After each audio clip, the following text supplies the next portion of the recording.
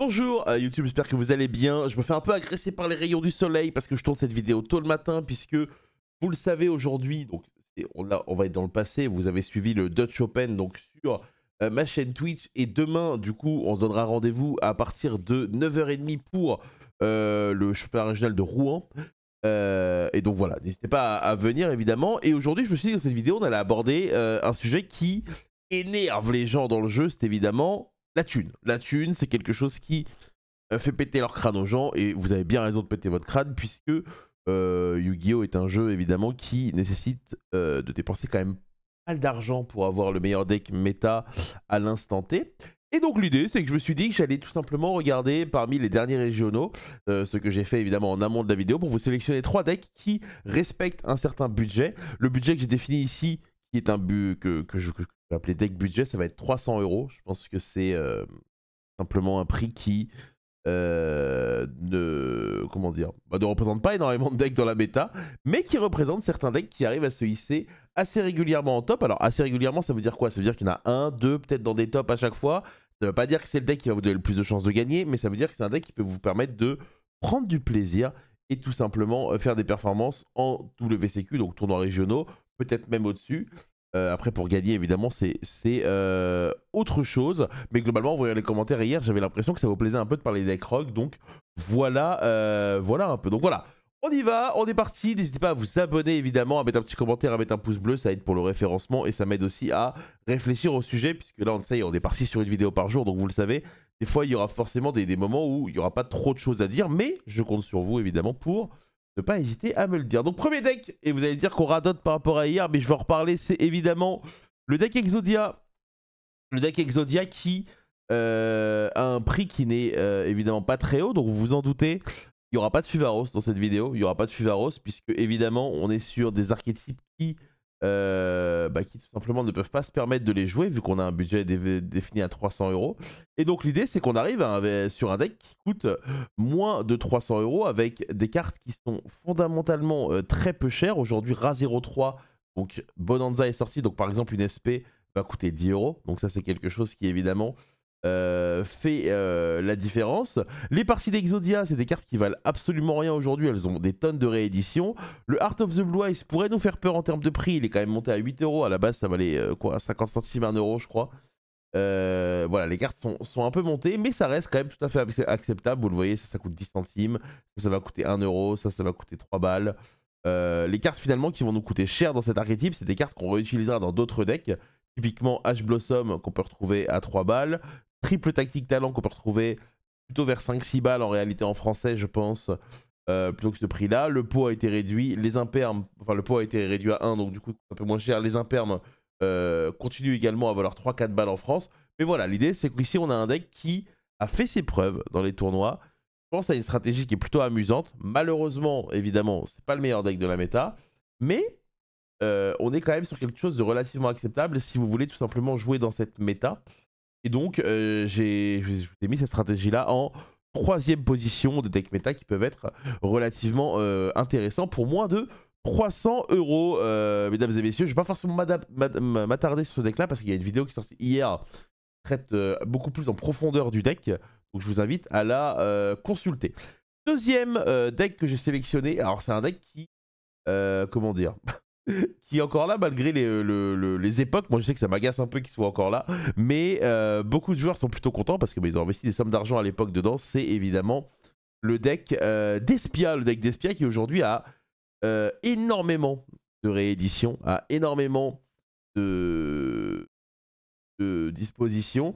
Le fait que PTT également soit devenu accessible, c'est quelque chose qui est plutôt agréable, notamment parce que c'est un deck qui va souvent jouer à 60. Mais ici on a une version qui a fait top lors du dernier YCS où on va avoir énormément de bestiales dans notre deck.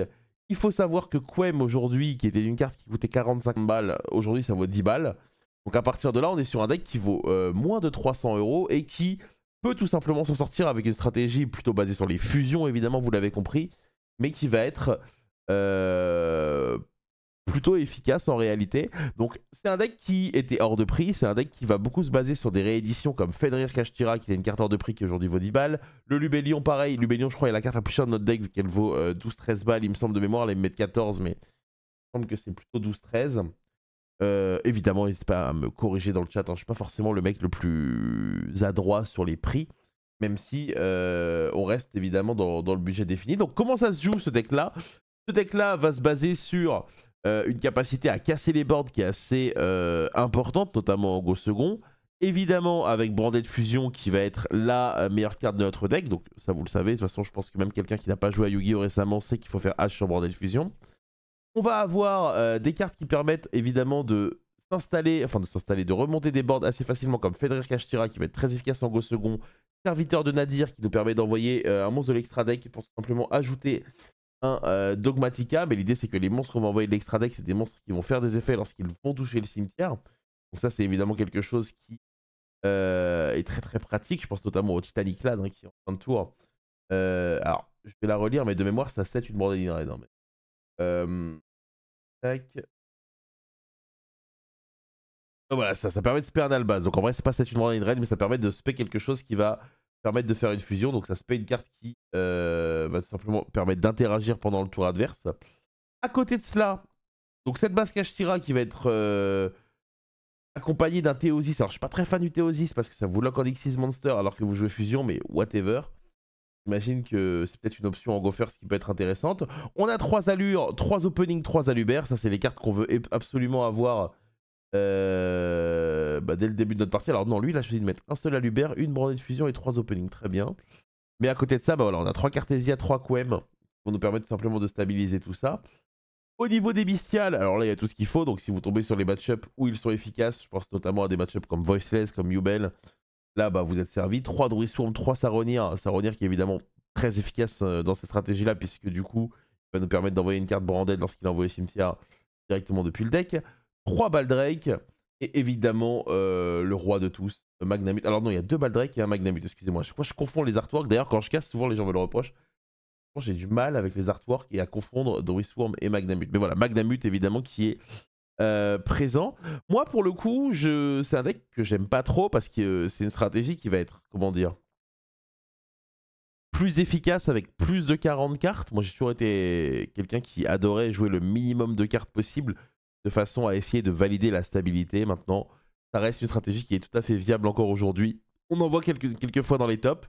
C'est évidemment plus le Branded que vous avez connu peut-être en 2022 ou même au France, qui était très efficace contre le Snake Eyes qui était présent en France à l'époque. Mais ça reste une valeur sûre, et notamment pour débuter, je crois que c'est le deck le moins cher des 3 que j'ai sélectionné, et donc c'est plutôt cool.